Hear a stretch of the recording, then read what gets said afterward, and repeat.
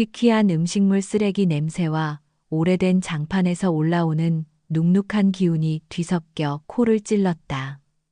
고아라는 익숙하다는 듯 숨을 참고 낡은 걸레에 힘을 주어 바닥을 닦았다. 아무리 닦아내도 이 작은 임대 아파트에 배어있는 가난과 절망의 냄새는 사라지지 않았다. 그녀의 무릎은 이미 붉게 달아올라 있었지만 그녀는 아랑곳하지 않았다. 잠시 후면 남편 박진석이 퇴근할 시간이었다.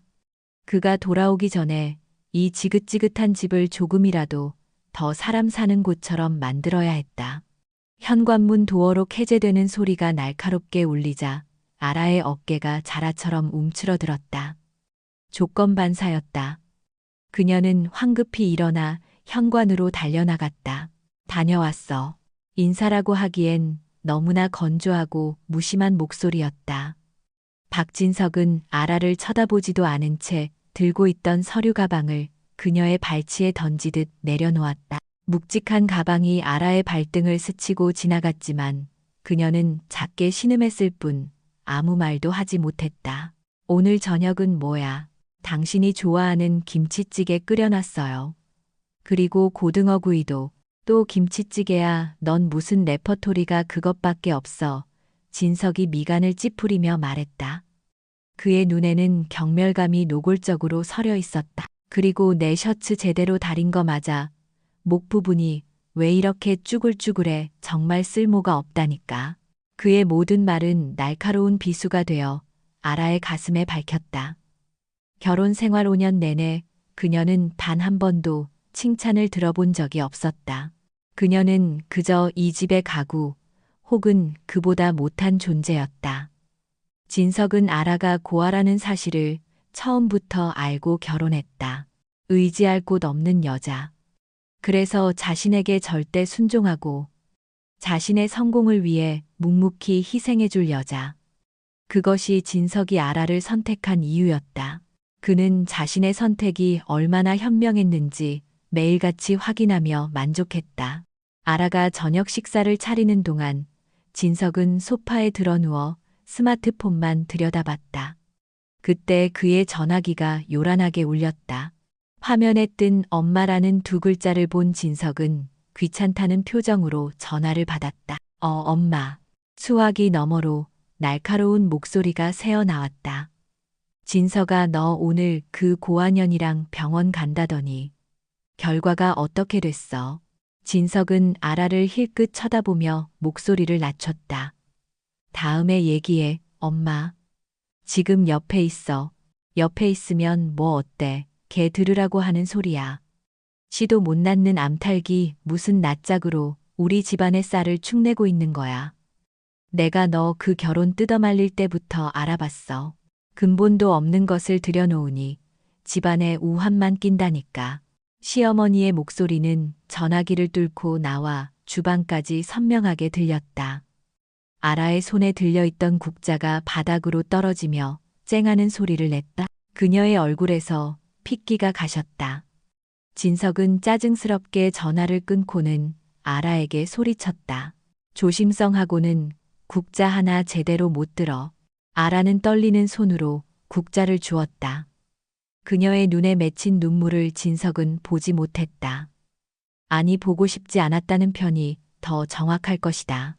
그에게 아라의 감정은 고려할 가치조차 없는 것이었다. 식사가 끝나고 설거지를 마친 아라는 음식물 쓰레기 봉투를 들고 아파트 밖으로 나섰다. 숨 막히는 집 안의 공기보다 차라리 바깥의 찬 공기가 더 상쾌하게 느껴졌다. 아파트 뒤편의 좁은 골목길 어둠 속에서 그녀는 잠시 숨을 골랐다. 그때였다. 골목 저편에서 시끄러운 소리가 들려왔다. 불량해 보이는 젊은 남자애들 몇몇이 좌판을 깔고 채소를 파는 할머니를 둘러싸고 희롱하고 있었다. 할멈이 시든 채소 누가 사간다고 여기서 이러고 있어. 자리세는 내고 하는 거야. 학생들 이러지 말게. 이거 팔아서 우리 손주 약 사줘야 헌단 말이야. A씨 재수 없게. 무리의 하나가 발로 좌판을 걷어찼다. 힘없이 쓰러지는 좌판과 함께 파 배추무들이 더러운 바닥으로 어지럽게 흩어졌다. 할머니의 절망적인 비명이 골목을 울렸다. 그 순간 아라 자신도 왜 그랬는지 몰랐다. 늘 모든 것을 참고 견디기만 했던 그녀의 몸이 먼저 움직였다. 그녀는 쓰레기 봉투를 내던지고 할머니 앞으로 달려가 그를 막아섰다. 그만하세요. 작지만 단호한 목소리에 불량배들이 잠시 주춤했다. 그들은 아라의 초라한 행색을 위아래로 훑어보더니 비웃음을 터뜨렸다. 뭐야, 이 아줌마는 정의의 사도라도 납셨나. 백이 이 할망구 보호자라도 돼. 아라는 두려움에 심장이 떨렸지만 눈은 조금도 피하지 않았다. 그녀는 쓰러진 할머니를 부축하며 나지막이 말했다. 어르신께 이러시면 못 써요. 당신들 부모님도 소중하시잖아요. 그녀의 눈빛에 담긴 어떤 강직함 때문이었을까? 혹은 너무나 하찮은 상대에게 더 이상 시간을 낭비하고 싶지 않아서였을까? 불량배들은 재수 없는 것들이라고 욕설을 내뱉으며 어둠 속으로 사라졌다. 긴장이 풀리자 아라의 다리가 후들거렸다. 그녀는 바닥에 주저앉아 할머니와 함께 흙투성이가 된 채소들을 주워 담기 시작했다. 할머니는 눈물을 훔치며 연신 고맙다고 말했다. 아가씨 정말 고마워. 내가 전생에 무슨 복을 지었기에. 아니에요, 할머니. 괜찮으세요. 흩어진 채소는 대부분 흠집이 나고 흙이 묻어 더 이상 팔 수 없는 상태였다. 할머니의 얼굴에 다시 깊은 절망이 드리워졌다. 그것을 본 아라는 망설였다. 그리고는 자신의 낡은 외투, 안주머니 깊숙한 곳에 손을 넣었다. 비상금으로 조금씩 모아두었던 꼬깃꼬깃한 지폐 몇 장. 남편 몰래 모은 그녀만의 작은 비밀이었다. 할머니, 이 채소들 제가 다 살게요. 아니, 아가씨, 이럴 순 없어. 이건 다 못 쓰게 된 것들인데. 괜찮아요. 저 마침 채소가 많이 필요했어요. 아라는 애써 미소를 지으며 말했다. 그러니 어서 받으시고 오늘은 일찍 들어가서 쉬세요. 자신의 전 재산과도 같은 돈을 할머니의 손에 쥐어준 아라는 흙 묻은 채소가 가득 담긴 봉지를 들고 집으로 향했다. 봉지는 무거웠지만 이상하게도 발걸음은 조금 가벼워진 것 같았다. 아주 오랜만에 그녀는 자신이 쓸모 있는 존재가 된 것 같은 기분을 느꼈다. 하지만 그 감정은 현관문을 여는 순간 차가운 현실 앞에서 산산조각 났다. 진석은 그녀가 들고 온 채소 봉지를 보더니 기가 막힌다는 듯 웃었다. 한어, 지금 어디서 쓰레기를 주워온 거야? 드디어 미쳤구나. 산 거예요. 돈이 어디 있어서 내가 준 생활비로는 어림도 없을 텐데. 설마 너 몰래 돈 빼돌리고 있었어. 진석의 의심 가득한 눈초리에 아라는 아무 대답도 할 수 없었다. 그녀는 묵묵히 채소를 다듬기 위해 부엌으로 향했다. 그녀의 등 뒤로 진석의 저주 섞인 목소리가 따라붙었다. 고와 근성은 어쩔 수 없다니까. 찢찢. 그날 밤 아라는 좁은 다용도실에 깔아놓은 얇은 요 위에서 잠을 청했다. 침실은 진석 혼자 차지한 지 오래였다. 차가운 바닥의 한기가 온몸으로 스며들었다. 서러움과 외로움이 파도처럼 밀려왔다. 그녀는 자기도 모르게 목에 걸린 낡은 목걸이를 손으로 감쌌다.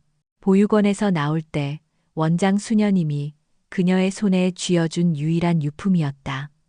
그녀가 발견될 때 목에 걸고 있었다는 작은 목걸이. 체인은 오래되어 빛을 잃었고 달려있는 나무 펜던트는 손때가 묻어 반질반질했다. 정교하게 조각된 작은 불사조 피닉스 모양이었다. 아라는 무슨 일이 있을 때마다 이 펜던트를 만지는 버릇이 있었다. 그러면 마치 이름도 얼굴도 모르는 부모님이 자신을 지켜주는 것 같은 아주 작은 위안을 얻곤 했다. 펜던트를 쥔 손에 힘이 들어갔다.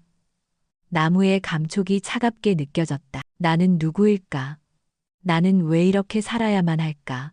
어둠 속에서 그녀는 소리 없이 눈물을 흘렸다. 그녀의 삶은 마치 재가 되어버린 불꽃 같았다. 화려하게 타오를 기회조차 얻지 못하고 그저 차갑게 식어버린 재. 그녀는 이 잿더미 아래에 아직 온기가 남아있는 작은 불씨가 숨쉬고 있다는 사실을 알지 못했다. 그 불씨가 언젠가 세상을 태울 거대한 불꽃으로 다시 타오를 운명이라는 것을 지금의 그녀로서는 상상조차 할 수 없었다. 며칠 후 박진석은 퇴근길에 잔뜩 상기된 얼굴로 집에 돌아왔다. 그의 손에는 값비싼 양주 상자가 들려 있었다. 평소에 그답지 않은 모습의 고아라는 불안한 눈으로 그를 쳐다보았다. 내일 저녁 시간 비워둬. 진석이 명령조로 말했다. 그는 소파에 양주를 내려놓으며 넥타이를 거칠게 풀어헤쳤다. 무슨 일인데요? 보면 몰라 우리 회사 김 전무님 환갑 잔치야. 내일 호텔에서 크게 연다고. 우리 부서에서는 이 선물이랑 축의금을 따로 준비했어. 그는 거울 앞에서 옷매무새를 가다듬는데 여념이 없었다. 이번 승진이 걸린 중요한 자리라고. 그러니까 너 내일 가서 처신 잘해. 괜히 구석에 처박혀서 우울한 표정 짓지 말고 사람들한테 싹싹하게 굴란 말이야. 아라의 심장이 쿵 내려앉았다. 그런 자리는 그녀에게 지옥과도 같았다. 화려하게 차려입은 사람들, 그들의 가식적인 웃음과 은근한 멸시. 그녀는 그저 투명인간이 되고 싶을 뿐이었다. 저 꼭 가야 해요. 전 가서 할 일도 없고. 진석이 획 돌아보았다. 그의 눈빛이 순식간에 차가워졌다. 뭐라고, 너 지금 내 앞길을 막겠다는 거야. 다른 부서 사람들은 다 부부 동반으로 온단 말이야. 나 혼자만 총각처럼 가면 사람들이 뭐라고 생각하겠어. 박진석은 마누라가 고아 출신이라 창피해서 못 데리고 다니는구나 하고 수군댈 거 아냐. 그의 입에서 나온 고아 출신이라는 말은 언제 들어도 심장을 도려내는 듯 아팠다. 아라는 입술을 깨물었다. 알았어요. 갈게요. 그런데 저 입고 갈 만한 옷이 없는데. 그녀의 옷장에는 시장에서 산 낡은 옷 몇 벌이 전부였다. 그런 자리에 입고 갈 만한 옷은 단 한 벌도 없었다. 진석은 코웃음을 쳤다. 옷은 무슨. 내 분수에 맞게 그냥 있는 거 아무거나 걸치고 와. 누가 너한테 관심이나 가질 것 같아. 내 옆에 그냥 장식품처럼 서 있기만 하면 돼. 알겠어. 그는 아라에게 단 한 푼도 쥐어주지 않았다. 아니 애초에 그럴 생각조차 없었다. 그는 아내가 초라한 모습으로 자신의 옆에 서 있는 것을 은근히 즐기고 있었다. 그녀의 남루함이 자신의 존재를 더욱 빛나게 해준다고 믿었기 때문이다. 다음 날 저녁 아라는 옷장 가장 깊숙한 곳에서 2년 전에 딱 한 번 입었던 낡은 원피스를 꺼내 입었다. 색이 바래고 유행이 한참 지난 옷이었다. 화장대 서랍을 뒤져 겨우 찾아낸 작은 귀걸이를 달았지만 초라함을 감출 수는 없었다. 호텔 연회장에 들어서는 순간 아라는 모든 사람의 시선이 자신에게 쏠리는 것을 느꼈다. 화려한 드레스와 보석으로 치장한 다른 부인들 사이에서 그녀는 마치 백조무리에 낀 못생긴 오리 새끼 같았다. 사람들의 눈에는 동정이 아닌 노골적인 비웃음과 호기심이 가득했다. 진석은 그런 시선을 즐기는 듯 일부러 아라의 허리를 감싸 안으며 사람들에게 소개했다. 안녕하십니까, 전무님. 만수무강하십시오. 그는 정중하게 인사를 건넨 후 아라를 앞으로 끌어당겼다. 제 아내 고아라입니다. 그리고는 마치 선심이라도 쓴다는 듯 덧붙였다. 제가 걷어서 먹여 살리고 있는 고아지요. 복 많은 줄 알아야 할 텐데 워낙 배운 게 없어서 세상 물정을 잘 모릅니다. 너그러이 봐주십시오. 그 말에 주변에 있던 사람들이 일제히 웃음을 터뜨렸다. 그것은 유쾌한 웃음이 아니었다. 한 인간의 존엄을 아무렇지도 않게 짓밟는 잔인하고 야만적인 웃음소리였다. 아라는 얼굴이 불타는 것 같았다. 차라리 바닥으로 꺼져버리고 싶었다. 그때 익숙한 목소리가 들려왔다. 어머 진서가 와 있었구나. 시어머니 김여사였다. 그녀 역시 한껏 치장을 하고 나타나 아라의 모습을 위아래로 훑어보더니 혀를 찼다. 얘 너는 이런 중요한 자리에 그게 무슨 옷차림이니? 내가 이럴 줄 알고 옷 한 벌 사 입으라고 돈을 줬건만. 그걸 어디다 빼돌리고 이런 누더기를 걸치고 와. 우리 아들 얼굴에 먹칠을 해도 유분수지. 시어머니는 아라에게 돈을 준 적이 단 한 번도 없었다. 모든 사람 앞에서 그녀를 파렴치한 거짓말쟁이로 만드는 계산된 악이었다. 어머니, 저는 아라가 무언가 변명하려던 순간이었다. 아이고, 조심 좀 하지. 시어머니는 들고 있던 뜨거운 수프 그릇을 아라의 손등 위로 일부러 쏟았다. 펄펄 끓는 수프가 아라의 손등으로 쏟아지며 살을 애는 듯한 고통이 밀려왔다. 악! 아라는 자기도 모르게 비명을 질렀다. 하얀 손등이 순식간에 붉게 부어오르기 시작했다. 어머나, 세상에, 너 때문에 내가 수프를 다 쏟았잖니. 이 비싼 걸. 시어머니는 사과는커녕 오히려 아라를 나무랐다. 주변의 시선이 더욱 집중되었다. 이 잔혹한 연극의 클라이맥스였다. 진석은 아라의 상태를 살피기는커녕 시어머니의 편을 들었다. 당신 대체 왜 그래? 칠칠치 못하게. 어머니 놀라셨잖아. 어서 사과드리지 못해. 아라는 고통으로 떨리는 손을 붙잡고 자신을 둘러싼 사람들을 바라보았다. 남편, 시어머니, 그리고 구경꾼들, 그 누구의 눈에도 걱정이나 연민은 없었다. 오직 경멸과 조롱만이 가득할 뿐이었다. 바로 그 순간 아라의 내면에서 무언가 툭하고 끊어지는 소리가 났다. 수년간 그녀를 짓눌러왔던 인내와 체념의 끈이었다. 고통도 슬픔도 분노도 느껴지지 않았다. 그저 거대한 공허함이 그녀를 집어삼켰다. 모든 감정이 소진되어 버린 잿더미, 그녀의 눈은 텅 비어 있었다. 집으로 돌아오는 차 안 진석은 계속해서 아라를 비난했다. 너 때문에 오늘 내가 얼마나 창피했는지 알아. 전무님, 사모님 앞에서도 그 꼴을 보이고 승진은 다 물 건너갔어. 이 재수 없는 년아. 아라는 아무 대꾸도 하지 않았다. 그녀는 그저 창밖에 스쳐 지나가는 도시의 불빛을 무표정하게 바라볼 뿐이었다.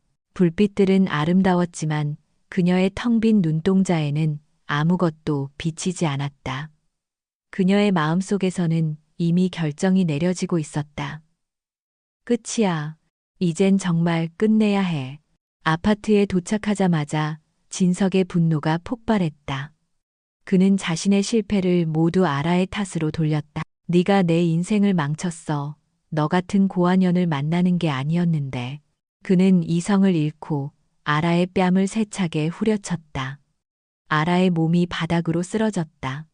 진석의 눈에 아라의 목에 걸린 불사조 목걸이가 들어왔다. 그가 가장 혐오하는 그녀의 과거를 상징하는 물건이었다. 이딴 거지 같은 건 왜 아직도 하고 있는 거야? 진석은 짐승처럼 달려들어 그녀의 목에서 목걸이를 잡아챘다. 체행하는 금속성 소리와 함께 낡은 체인이 끊어졌다. 그는 소나귀에 들어온 나무 펜던트를 그대로 창문 밖으로 던져버렸다. 안 돼. 처음으로 아라의 입에서 절규가 터져 나왔다. 그것은 그녀의 유일한 희망이자 과거와의 연결고리였다. 그녀의 모든 것이었다. 꼴 보기 싫으니까 당장 꺼져 내 눈앞에서 사라지란 말이야. 진석은 쓰러져 있는 아라의 머리채를 잡고 현관으로 끌고 갔다. 그는 문을 열고 그녀를 복도로 내동댕이 쳤다. No, I fake. 차가운 철문이 닫히는 소리가 아파트 복도를 울렸다. 그 소리는 마치 사형 선고처럼 아라의 귓가에 밝혔다. 아라는 차가운 복도 바닥에 쓰러진 채 한참 동안 움직이지 못했다. 입고 있던 얇은 원피스로는 밤의 한기를 막을 수 없었다. 손등의 화상은 불에 댄 듯 아팠고 뺨은 터질 것처럼 부어올랐다. 하지만 그 어떤 육체적 고통도 그녀의 모든 것을 앗아간 상실감보다 크지는 않았다. 그녀는 모든 것을 잃었다. 집, 남편, 그리고 그녀의 유일한 보물이었던 목걸이까지. 어둠 속에서 아라는 천천히 몸을 일으켰다. 눈물은 더 이상 흐르지 않았다. 텅 비었던 그녀의 눈동자에 이제껏 본 적 없는 차갑고 단단한 빛이 서서히 차오르기 시작했다. 그것은 증오도 분노도 아니었다. 모든 것을 잃은 자만이 가질 수 있는 살아야겠다는 처절한 의지였다. 그녀는 비틀거리며 계단을 내려갔다. 창문 밖으로 던져진 부서진 자신의 심장을 찾기 위해, 그리고 새로운 삶을 시작하기 위해, 이 지긋지긋한 악몽의 마침표를 찍기 위해. 밤에 장막이 내린 도시 위로 차가운 가을비가 추적추적 내리고 있었다. 고아라는 쏟아지는 비를 온몸으로 맞으며 아파트 화단을 미친 듯이 파헤쳤다. 머리카락과 옷은 흠뻑 젖어 물을 뚝뚝 흘렸고 손등의 화상은 빗물에 스며들어 아렸지만 그녀는 아무것도 느낄 수 없었다. 그녀의 온 신경은 오직 땅바닥에 흩어졌을 작은 나무 조각에 집중되어 있었다. 어디에, 제발. 흐느낌 섞인 목소리가 빗소리에 묻혔다. 진흙과 낙엽 속을 헤매던 그녀의 손가락 끝에 마침내 익숙한 감촉이 닿았다.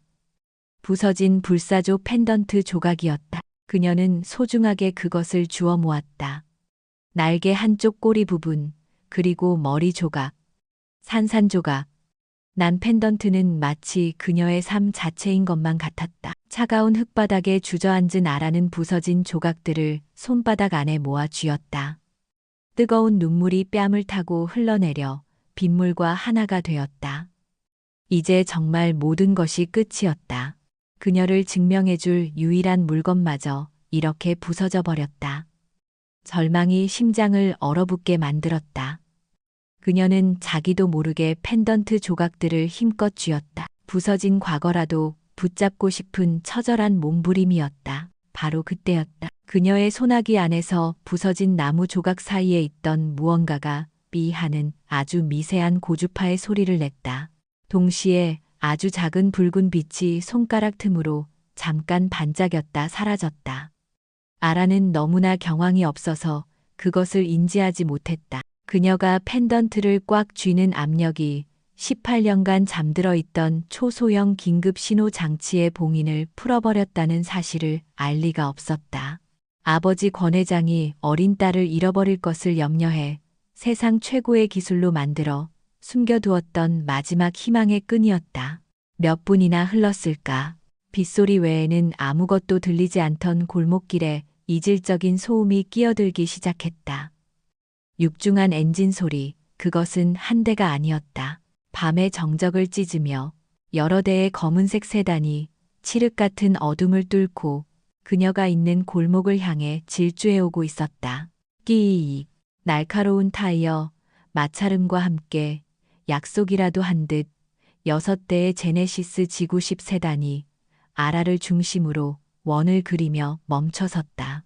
어둠을 가르는 헤드라이트 불빛이 마치 무대 조명처럼 비에 젖은 그녀의 모습을 비췄다. 아라는 무슨 일이 일어나고 있는지 이해할 수 없었다.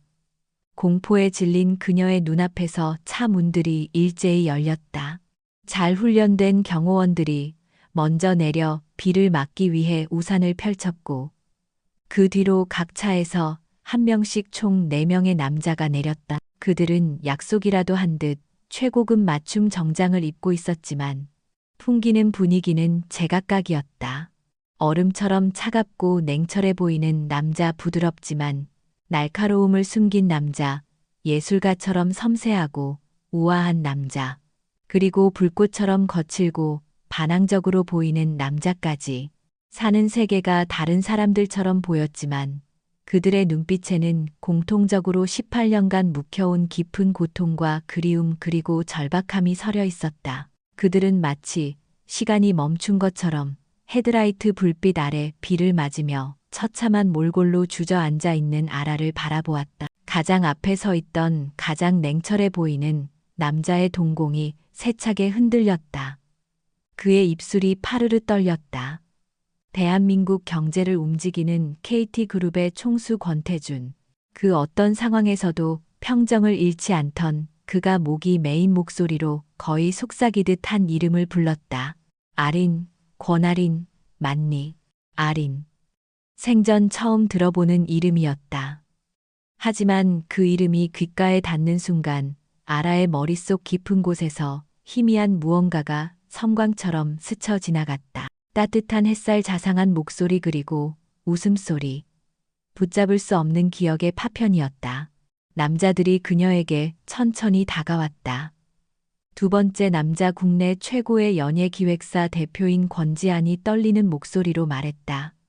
찾았어. 드디어 찾았어. 우리 막내. 세 번째 남자 호텔 체인 에이델의 CEO인 권시우의 눈에는 이미 눈물이 가득 고여 있었다.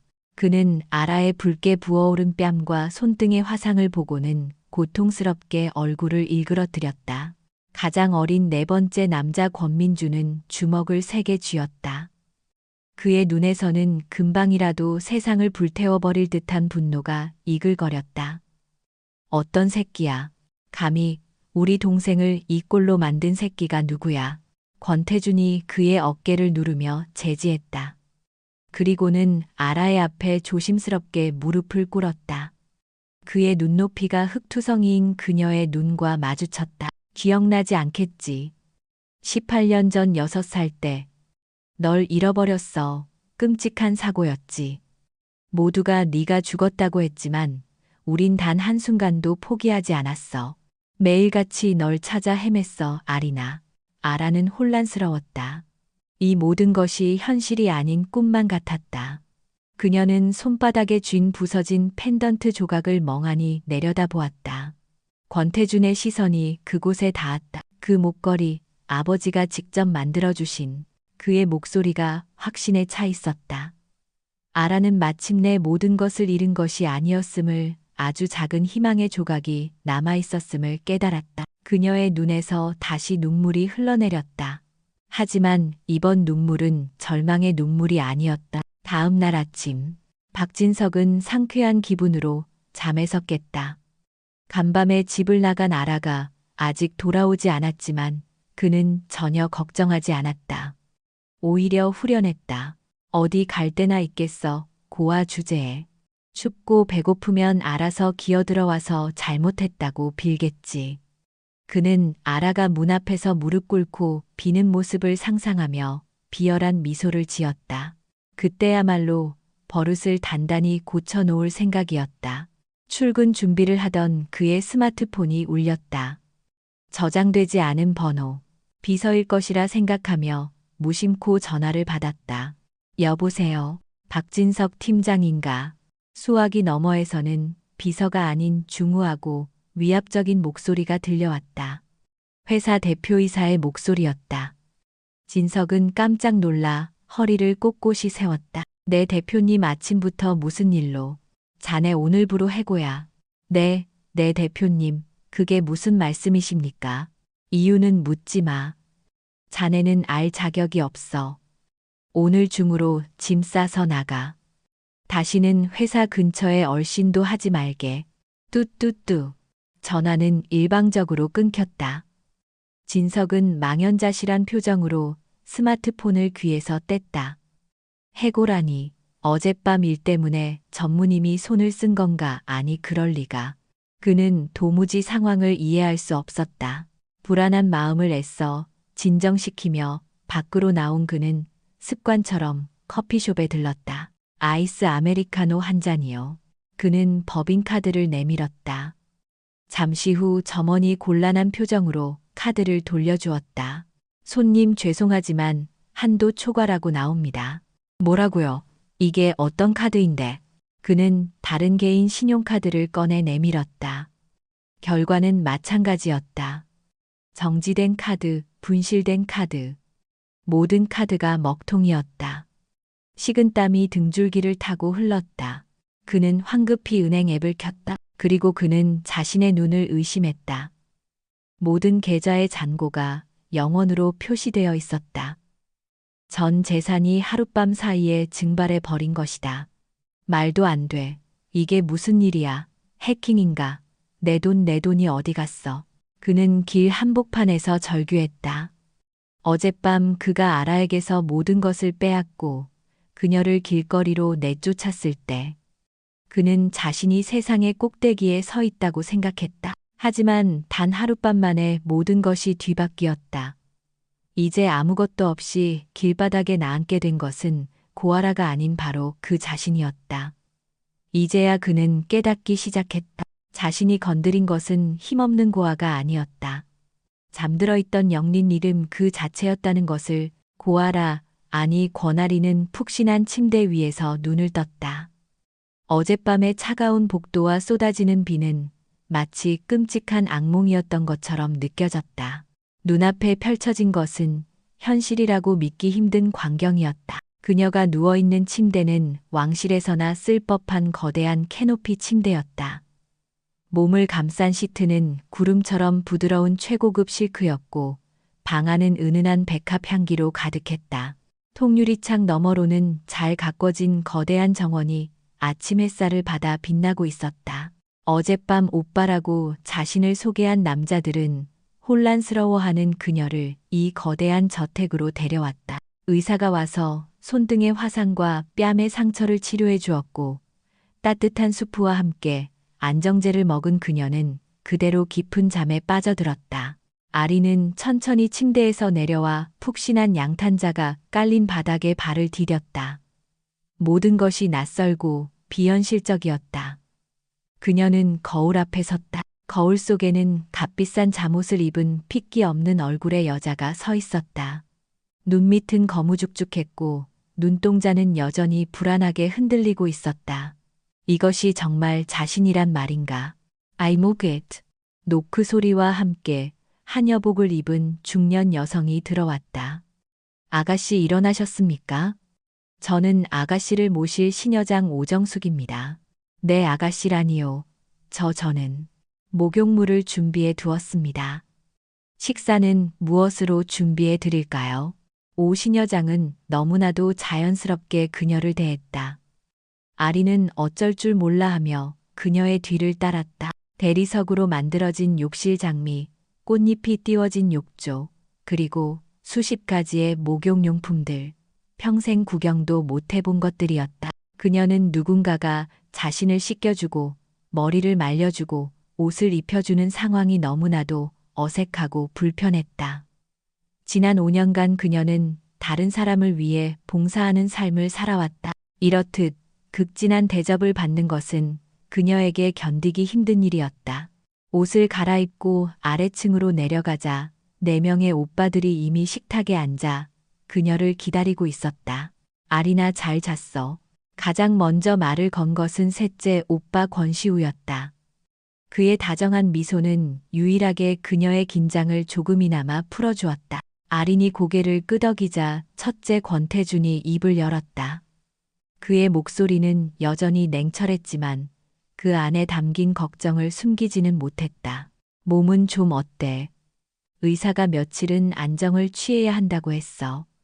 그는 검은색 카드를 그녀 앞으로 내밀었다. 이건 내 카드야. 한도 없는 거니까 필요한 게 있으면 뭐든지 사. 사고 싶은 거, 먹고 싶은 거 뭐든 괜찮아. 다시는 돈 때문에 고생할 일 없게 해줄게. 그가 내민 카드는 부와 권력의 상징이었다. 하지만 18년간 가난 속에서 살아온 아린에게 그것은 너무나 무겁고 두려운 물건이었다. 둘째 권지아는 윙크를 하며 말했다. 오빠가 최고의 스타일리스트 팀을 집으로 불렀어. 우리 동생 세상에서 제일 예쁘게 꾸며줘야지. 다시는 그 거지 같은 놈 때문에 상처받은 얼굴로 다니게 할 순 없지. 그의 말에 아리는 어젯밤 박진석에게 맞았던 뺨을 저도 모르게 감쌌다. 오빠들의 배려는 고마웠지만 한편으로는 부담스러웠다. 그녀는 아직 고아라의 삶에서 벗어나지 못했다. 값비싼 옷과 화려한 보석은 그녀에게 맞지 않는 옷처럼 느껴졌다. 점심 식사 후 권지한의 말대로 최고의 전문가들이 저택으로 셔왔다. 그들은 아린을 인형처럼 앉혀놓고 머리를 다듬고 화장을 하고 여러 가지 옷을 입혔다. 거울 속에 비친 자신의 모습은 분명 아름다웠지만 너무나 낯설어서 이질감이 들었다. 오후 내내 시달리던 아린이 지쳐 보일 때쯤 셋째 권시우가 그녀에게 다가왔다. 힘들지 잠깐 나랑 산책할까? 그는 그녀를 데리고 저택 뒤편의 비밀스러운 유리 온실로 향했다. 그곳은 세상의 모든 희귀한 꽃들이 자라고 있는 작은 천국이었다. 시우는 그녀에게 옷이나 보석에 대해 묻지 않았다. 대신 꽃들의 이름과 그에 얽힌 이야기를 들려주었다. 이건 스타 오브 베들레헴이라는 꽃이야. 꽃말은 순수 그리고 일편단심. 꼭 너 같지. 그의 따뜻한 말에 아린의 얼어붙었던 마음이 조금씩 녹아내리는 것 같았다. 그녀는 처음으로 이곳에 와서 편안함을 느꼈다. 막내 권민주는 가장 서툴렀다. 그는 최신형 스마트폰과 노트북을 그녀의 방에 설치해주고는 퉁명스럽게 말했다. 이걸로 필요한 거 검색해보고 연락하고 싶으면 해. 그리고 다시는 너한테 손대는 새끼 있으면 내 손에 죽을 줄 알아. 내가 그 새끼 모든 신상 정보를 인터넷에 뿌려서 사회에서 매장시켜 버릴 테니까. 그의 거친 방식이었지만 그 안에 담긴 진심 어린 분노는 아린에게 묘한 안도감을 주었다. 그날 저녁 가족 식사 자리에서 권태준이 중대한 발표를 했다. 일주일 뒤 우리 KT그룹 창립 50주년 기념 갈라가 열린다. 그의 시선이 아린에게 향했다. 그 자리에서 우리는 널 세상에 공식적으로 소개할 거야. 네가 우리 동생 권아린이라는 사실을. 더 이상 숨어 살거나 누구에게 무시당하는 일은 없을 거다. 공식적인 소개. 그 말에 아린의 심장이 철렁했다. 세상의 모든 스포트라이트가 자신에게 향할 것이었다. 박진석과 시어머니에게 당했던 공개적인 망신이 트라우마처럼 떠올랐다. 아니나 다를까 다음 날부터 언론이 움직이기 시작했다. KT그룹 씨 일가 18년 전 실종된 막내딸 찾았다. 베일에 쌓인 상속녀 그녀는 누구인가? 처음에는 호기심 어렸던 기사들은 점점 악의적으로 변해갔다. 18년간 고아로 살았다는데 신분 세탁은 아닐까? 갑자기 나타난 신데렐라 형제들을 홀린 꽃뱀일 수도. 그녀의 과거 행적은 과연 깨끗할까? 오빠들은 그녀가 상처받을까봐 인터넷과 신문을 통제했지만 소문은 바람보다 빨랐다. 그녀는 자신을 향한 의심과 조롱의 시선을 느낄 수 있었다. 그녀가 숨으면 숨을수록 소문은 더욱 무성해질 터였다. 그녀 개인의 문제가 아니었다. 그녀의 존재가 오빠들과 그룹 전체의 명성에 흠집을 낼 수도 있었다. 그날 밤 아리는 다시 거울 앞에 섰다. 거울 속에는 여전히 불안에 떠는 여자가 있었다. 하지만 어제와는 조금 달랐다. 그녀의 눈빛 깊은 곳에서 작은 불씨가 타오르고 있었다. 오빠들이 찾아준 것은 부와 명예가 아니었다. 가족이라는 이름, 그리고 권아린이라는 자기 자신이었다. 그녀는 더 이상 도망칠 수 없었다. 도망치고 싶지도 않았다. 그래, 보여주는 거야. 그녀는 거울 속 자신에게 나지막이 속삭였다. 내가 누구인지, 내가 어떤 사람인지. 더 이상은 당하고만 있지 않아. 비록 아직은 서툴고 두렵지만 그녀는 결심했다. 초라한 고아라의 허물을 벗고 당당한 권아린으로 다시 태어나기로. 일주일 뒤에 열릴 갈라는 그녀의 무덤이 아니라 그녀가 부활하는 무대가 되어야만 했다. 다음 날 아침, 권아린은 이전과 다른 사람이 되어 있었다. 그녀의 눈빛에는 더 이상 과거의 불안과 두려움 대신 조용하지만 단단한 결의가 자리 잡고 있었다. 밤새 그녀를 괴롭혔던 악몽과 세상의 비난은 역설적이게도 그녀에게 싸워야 할 이유를 명확하게 알려주었다. 그녀는 더 이상 오빠들이나 저택의 사용인들이 이끄는 대로 수동적으로 움직이지 않았다. 아침 식사 자리에서 그녀는 먼저 입을 열었다. 오빠들, 저에게 그룹에 대한 자료를 좀 볼 수 있게 해주세요. 그리고 상류층 예절을 가르쳐줄 선생님도 붙여주셨으면 해요.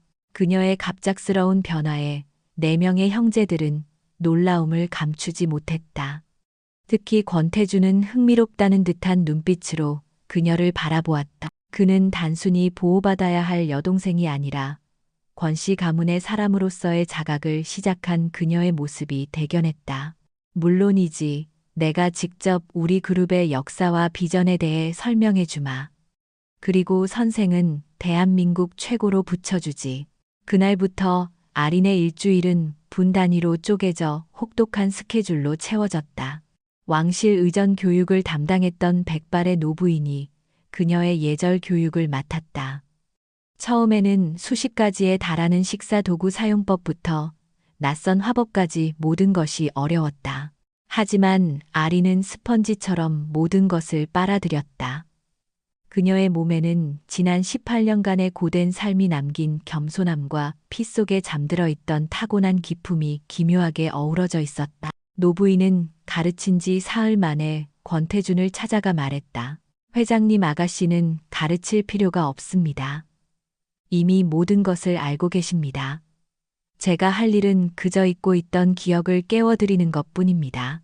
권태준은 자신의 서재에서 직접 아린에게 그룹의 역사를 가르쳤다. 그는 그녀가 지루해할 것이라 생각했지만 아린은 복잡한 사업 구조와 재무제표를 놀라운 집중력으로 파고들었다. 그녀는 때로 핵심을 꿰뚫는 질문을 던져 그를 놀라게 했다. 그는 동생이 단순히 착하기만 한 것이 아니라 명석한 두뇌까지 물려받았다는 사실에 기쁨을 감추지 못했다. 가장 중요한 갈라의 의상을 고르는 날, 셋째 권시우는 자신의 드레스룸으로 그녀를 데려갔다. 방 안에는 세상의 모든 동화 속 공주님들이 입을 법한 화려하고 풍성한 드레스들이 가득했다. 아리나, 이 중에서 내 마음에 드는 걸로 골라봐. 뭐든 내가 입으면 세상에서 가장 아름다울 거야. 아리는 잠시 드레스들을 둘러보았다. 모두 아름다웠지만 자신의 옷은 아니라는 생각이 들었다. 그녀는 잠시 망설이다가 드레스들 사이 마네킹이 입고 있던 심플한 디자인의 의상을 가리켰다. 그것은 드레스가 아닌 몸의 곡선을 우아하게 드러내는 순백의 실크 팬츠 슈트였다. 저는 저걸 입고 싶어요. 권시우의 눈이 동그래졌다. 드레스가 아니고, 네, 저는 동화 속 공주님이 아니니까요. 아린의 목소리는 차분했다. 저는 제 두 발로 당당하게 서고 싶어요. 드레스의 화려함 뒤에 숨는 게 아니라요. 그 말에 권시우는 잠시 말을 잃었다. 그리고는 이내 따뜻한 미소를 지었다. 그는 동생이 무엇을 말하고 싶은지 완벽하게 이해했다.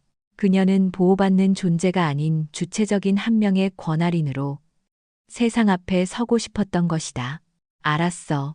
오빠가 우리 동생을 세상에서 가장 멋진 여왕으로 만들어줄게.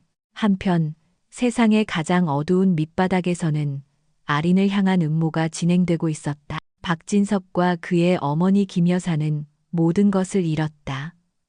직장, 재산, 명예.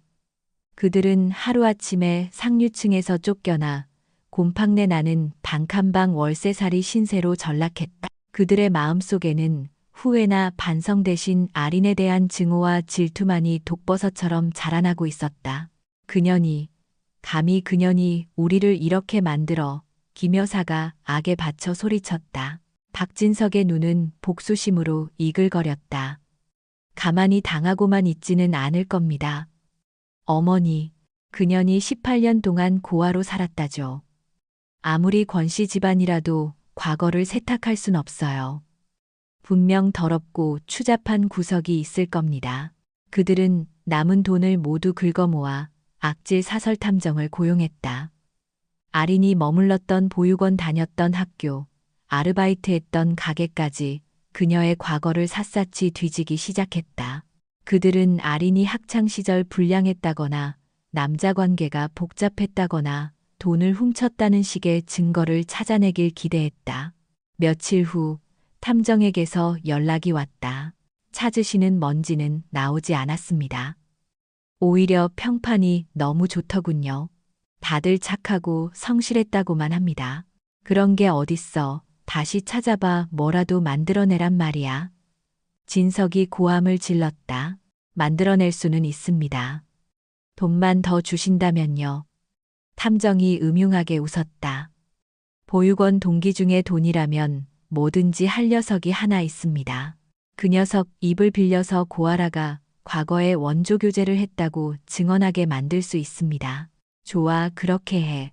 그들은 KT그룹 창립 50주년 갈라에서 모든 것을 터뜨릴 계획을 세웠다. 어떻게든 잠입해서 모든 언론과 재계 인사들 앞에서 권아린이 사실은 몸을 팔던 더러운 고아였다고 폭로할 생각이었다. 권 씨 집안에 회복할 수 없는 스캔들을 안겨주고 아린을 다시 자신들이 있던 시궁창으로 끌어내릴 심산이었다. 갈라를 하루 앞둔 밤, 저택의 분위기는 폭풍전야처럼 고요했다. 아린은 자신의 방에서 창밖의 달을 보고 있었다. 두려움이 없었다면 거짓말일 것이다. 하지만 이제 그녀는 혼자가 아니었다. 드리만, 4명의 오빠들이 함께 그녀의 방으로 들어왔다. 그들의 손에는 작은 벨벳 상자가 들려 있었다. 권태준이 대표로 상자를 열어 그녀에게 보여주었다. 상자 안에는 눈부시게 아름다운 목걸이가 놓여 있었다. 백금과 다이아몬드로 정교하게 세공된 불사조의 형상, 그리고 그 불사조의 심장 부분에는 익숙한 나무 조각이 박혀 있었다. 아린이 잃어버렸던 부서진 펜던트 조각들이었다. 권시우가 부드럽게 설명했다. 나라 최고의 장인에게 부탁해서 내 펜던트 조각들을 심장으로 삼아 새로 만들었어.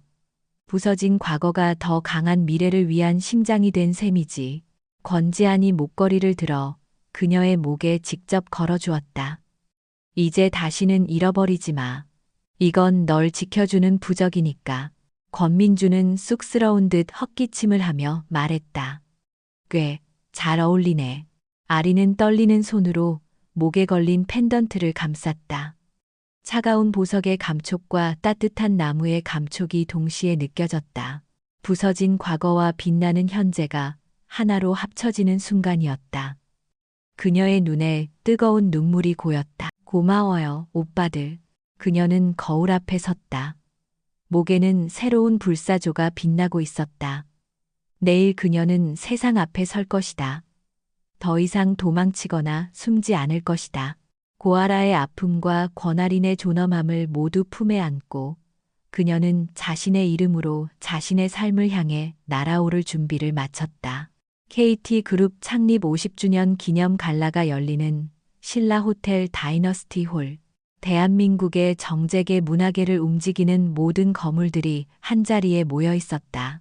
화려한 샹들리에 아래 값비싼 샴페인 잔이 부딪히는 소리와 가식적인 웃음소리가 공기를 가득 메웠다. 그들의 가장 큰 관심사는 단 하나, 18년 만에 돌아왔다는 권씨 가문의 막내딸 권아린이었다. 그녀를 둘러싼 무성한 소문은 이미 파다했다. 모두의 시선이 연회장 입구로 쏠려 있을 때였다. 거대한 문이 열리고 한 여인이 들어섰다. 순간 시끄럽던 연회장 전체가 물을 끼얹은 듯 조용해졌다. 사람들은 숨을 죽였다. 들어선 것은 동화 속 공주님이 아니었다. 순백의 실크 팬츠 슈트는 그녀의 가늘지만 강단 있는 몸의 선을 우아하게 드러냈고 길게 자란 머리는 단정하게 하나로 묶어 그녀의 가녀린 목성과 쇄골을 돋보이게 했다. 과한 장신구는 없었다. 오직 그녀의 목에서 칠흑 같은 머리카락과 대조를 이루며 다시 태어난 불사조 펜던트만이 은은하게 빛나고 있었다. 권아린, 그녀는 혼자였다. 4명의 오빠들은 저만치 떨어진 곳에서 동생이 자신의 힘으로 첫 발을 내딛는 것을 자랑스럽게 지켜보고 있었다. 아리는 수백 개의 시선을 온몸으로 받으며 조금의 흐트러짐도 없이 당당하게 걸었다. 그녀의 걸음걸이에는 고아라의 주눅들미 아닌 권아린의 기품이 서려 있었다. 사람들은 경탄했다. 저것은 하루아침에 만들어진 기품이 아니었다. 고난이 빚어낸 강인함과 피 속에 흐르는 존귀함이 어우러진 독보적인 아우라였다. 그녀의 압도적인 등장에 그녀를 깎아내리려던 악의적인 소문들은 힘을 잃고 먼지처럼 흩어지는 듯했다. 하지만 바로 그 순간이었다. 모두 속지 마십시오. 연회장 한쪽에서 고성이 터져나왔다. 행사에 어울리지 않는 초라한 차림의 박진석과 김 여사가 경호원들의 저지를 뚫고 미친 듯이 달려나오고 있었다. 그들의 몰골은 말이 아니었다. 증오와 광기로 이글거리는 눈, 헝클어진 머리, 구겨진 옷. 박진석은 단상으로 뛰어 올라가 마이크를 빼앗아 들고는 아린을 향해 손가락질하며 외쳤다. 저 여자는 권아린이 아닙니다. 저 여자는 내 아내 고아라입니다. 남편을 버리고 돈에 눈이 멀어 권씨 형제들을 꼬드긴 파렴치한 꽃뱀이라고요. 김 여사가 그 옆에서 울부짖으며 거들었다. 맞습니다. 저 아이는 저희 집안의 씨를 받겠다며 들어와서는 돈 많은 남자들을 만나자 남편을 배신한 더러운 년입니다. 과거에 몸을 팔던 아이라는 소문도 있습니다. 연 회장은 그야말로 아수라장이 되었다. 사람들의 경탄은 순식간에 충격과 의심으로 변했다. 기자들의 카메라 플래시가 미친 듯이 터져댔다. 권씨 형제들의 얼굴이 분노로 일그러졌다. 권민준이 당장이라도 뛰쳐나가려는 것을 권태준이 눈빛으로 제지했다.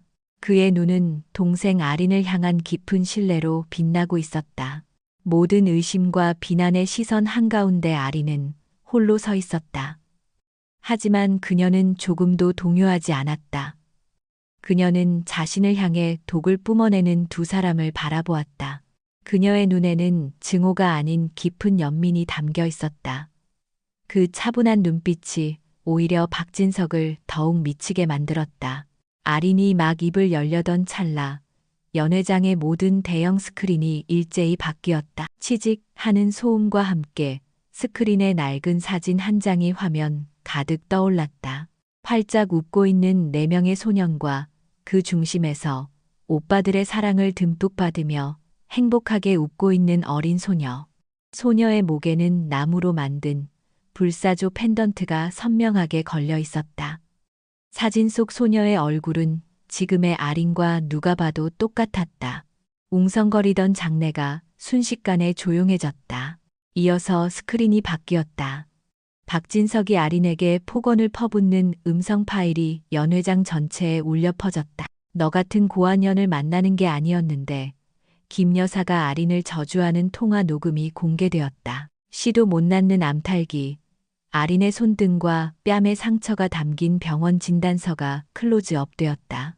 그들이 사설 탐정과 만나 아린의 과거를 조작하려던 대화 내용까지 하나도 빠짐없이. 모든 것은 권민준의 작품이었다. 그가 세상의 모든 CCTV와 통신 기록을 뒤져 찾아낸 반박할 수 없는 진실의 조각들이었다. 박진석과 김 여사의 얼굴이 새하얗게 질렸다. 사람들의 시선이 경멸과 혐오로 바뀌어 비수처럼 그들에게 꽂혔다. 그때 권태준이 무대 위로 올라섰다. 그의 목소리는 얼음처럼 차가웠지만 연 회장 전체를 압도했다. 제 여동생 권아린입니다. 저희가 18년간 피눈물을 흘리며 찾아 헤맨 단 하나의 보물입니다. 그는 스크린 속 박진석의 사진을 가리켰다. 그리고 저자는 감히 우리 보물에 상처를 낸 자입니다. 저는 약속합니다. 박진석 저자는 자신의 남은 평생을 오늘의 이 행동을 후회하며 살아가게 될 겁니다. 모든 증거가 공개되고 모든 상황이 정리된 후 마침내 아린이 마이크를 잡았다. 그녀는 박진석을 똑바로 바라보았다. 연민은 사라지고 그 자리에는 차갑고 위험 있는 빛이 서려 있었다. 그녀의 목소리는 작았지만 홀 안의 모든 사람의 심장을 꿰뚫었다. 저는 고아라가 아닙니다. 그 이름은 저를 알아보지 못한 세상이 제게 붙여준 이름일 뿐입니다. 제 이름은 권아린입니다. 그녀는 잠시 숨을 골랐다. 그리고 저는 당신의 아내였습니다. 당신의 집을 청소하고 당신의 밥을 차리고 당신의 멸시를 견뎠습니다. 당신은 저를 거둬준 것이 아닙니다. 당신은 저를 땅속에 묻으려고 했습니다. 아린의 목소리에 힘이 실렸다. 하지만 당신이 잊은 게 하나 있군요. 박진석 씨. 그녀는 자신의 목에 걸린 불사조 펜던트를 가볍게 만졌다. 불사조는 잿더미 속에서 부활한다는 것을. 그 말을 끝으로 연 회장에는 잠시 정적이 흘렀다. 그리고 이내 한 사람의 박수를 시작으로 우레와 같은 박수갈채가 터져 나왔다. 그것은 동정도 호기심도 아니었다. 한 인간의 존엄한 승리에 대한 진심 어린 경이었다. 박진석과 김 여사는 넋이 나간 표정으로 그 자리에 주저앉았다. 조용히 다가온 경호원들에게 끌려나가는 그들의 모습은 한때 찬란했던 빛이 꺼지고 남은 초라한 재에 불과했다. 아리는 무대 위에서 쏟아지는 스포트라이트를 받으며 당당히 서 있었다. 그녀의 뒤에는 4명의 오빠들이 든든한 산처럼 그녀를 지키고 있었다. 하지만 이것은 그들의 승리가 아니었다. 온전히 그녀 자신의 힘으로 쟁취한 그녀의 승리였다. 갈라의 밤이 남긴 여파는 거대했다. 다음 날 아침 대한민국은 권아린이라는 이름으로 들썩였다.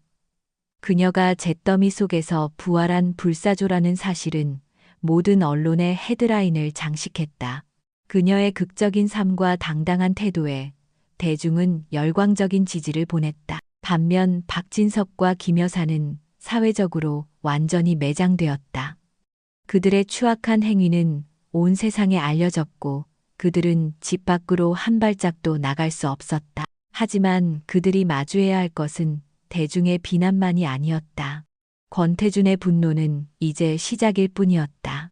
KT그룹 법무팀입니다. 차가운 목소리의 변호사들이 그들이 숨어있던 단칸방의 문을 두드렸다. 박진석은 폭행상의 명예훼손, 그리고 권민준이 찾아낸 그의 회사 자금 횡령 혐의까지 더해져 여러 장의 고소장을 받았다. 김 여사 역시 명예훼손과 폭행교사 혐의를 피할 수 없었다. 잘못했습니다. 한 번만 용서해 주십시오. 박진석은 비굴하게 무릎을 꿇고 빌었지만 변호사의 눈은 조금도 흔들리지 않았다. 그 말은 검사님 앞에서 하시지요. 권태준 회장님의 명령입니다.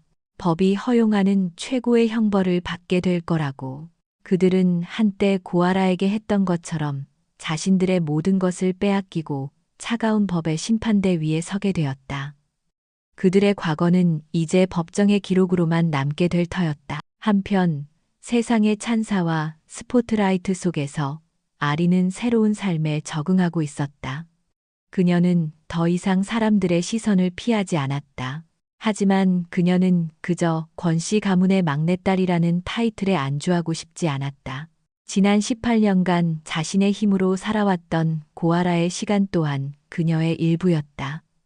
그녀는 자신만의 무언가를 찾고 싶었다.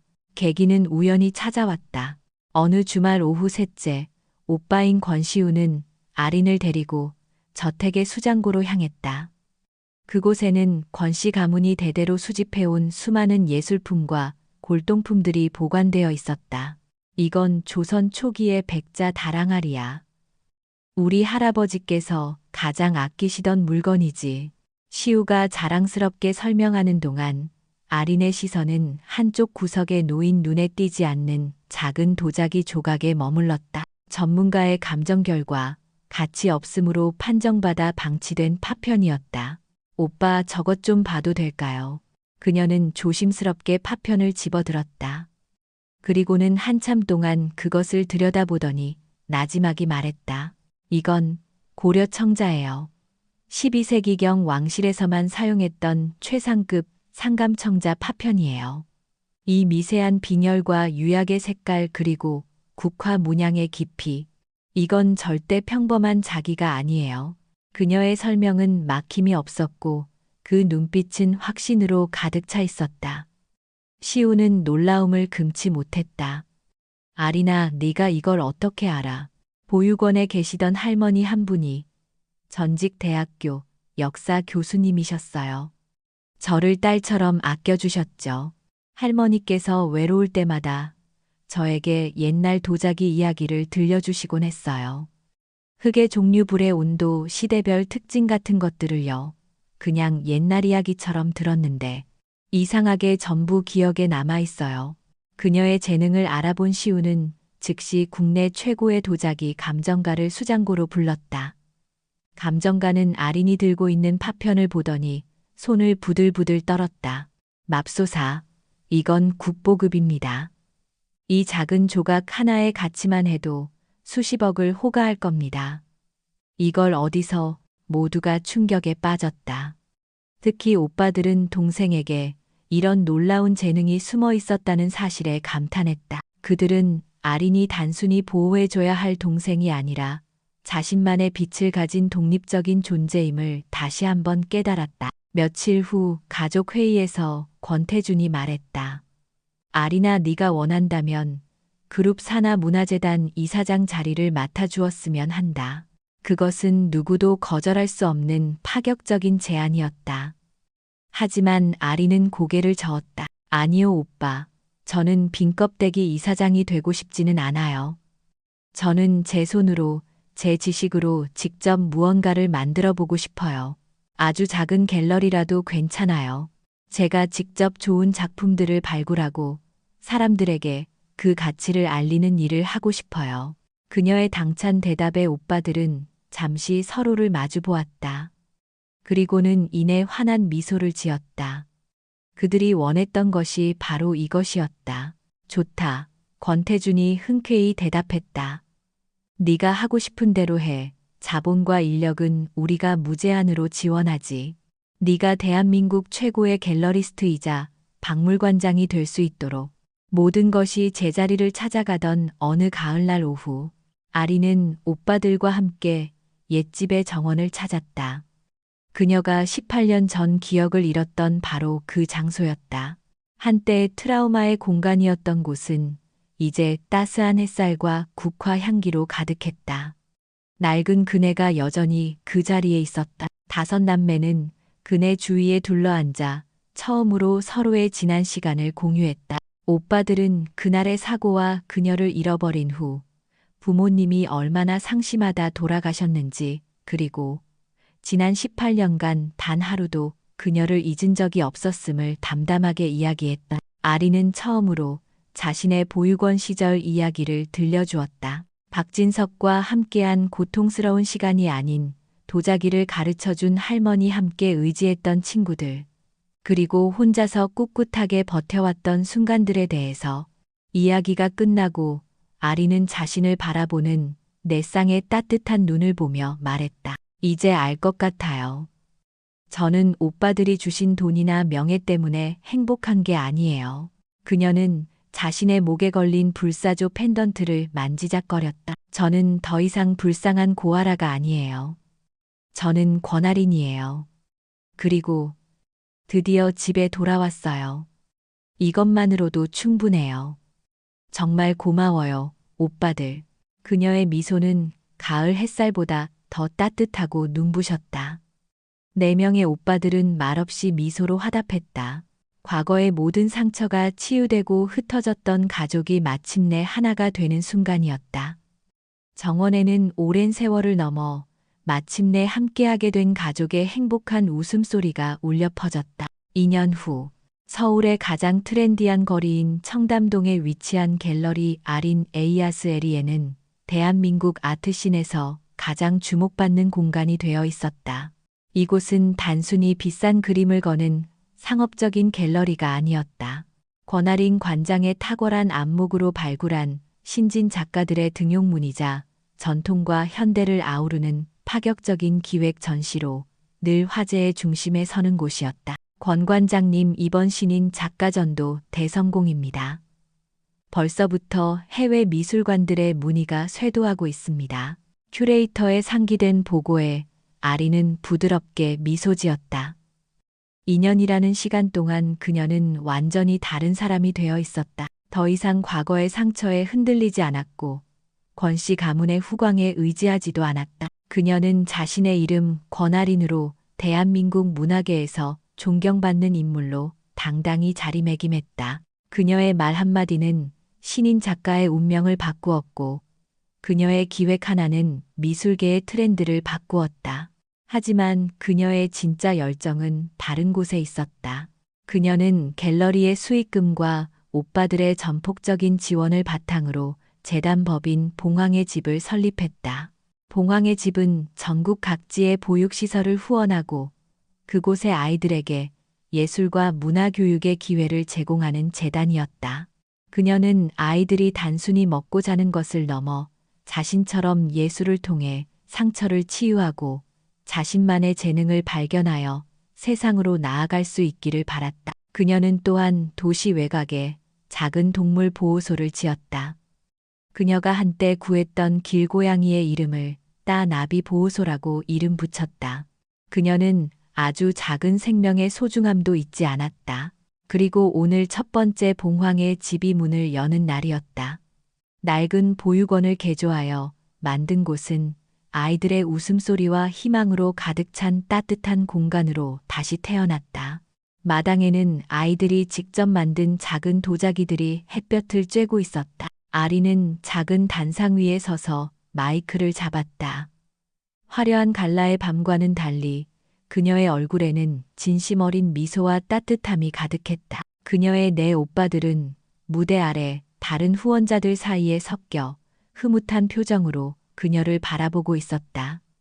그들은 더 이상 그녀의 보호자가 아닌 그녀의 가장 든든한 지지자였다. 청중 속에는 그녀가 발굴한 젊은 동양화가 한 명이 따뜻한 존경의 눈빛으로 그녀를 바라보고 있었다. 그의 존재는 그녀의 삶에 새로운 봄이 오고 있음을 암시하는 듯했다. 아리는 아이들을 바라보며 말했다. 그녀의 목소리는 나지막했지만 모두의 가슴에 깊은 울림을 주었다. 여러분, 저는 여러분만 했을 때 세상에 혼자라고 생각했어요. 제 과거는 잿더미뿐이라고 믿었죠. 하지만 기억하세요. 잿더미는 끝이 아니에요. 새로운 시작을 위한 가장 따뜻한 땅이랍니다. 그녀는 자신의 목에 걸린 불사조 펜던트를 부드럽게 감쌌다. 여러분 한 명 한 명이 모두 자신만의 날개를 가진 불사조예요. 언젠가 그 어떤 시련의 불길 속에서도 여러분은 더 강하고 아름답게 날아오를 수 있을 거예요. 이곳 봉황의 집이 여러분이 날갯짓을 배우는 안전하고 따뜻한 둥지가 되어줄게요. 연설이 끝나자 아이들의 해맑은 박수 소리가 터져 나왔다. 아리는 단상에서 내려와 아이들 속으로 걸어 들어갔다. 아이들은 그녀를 스스럼 없이 껴안았고 그녀는 한 명 한 명의 머리를 다정하게 쓰다듬어 주었다. 그녀의 뒤로는 자랑스러운 오빠들이, 그녀의 옆에는 새로운 시작을 함께할 인연이, 그리고 그녀의 앞에는 그녀가 지켜줄 미래의 희망들이 있었다. 권아린.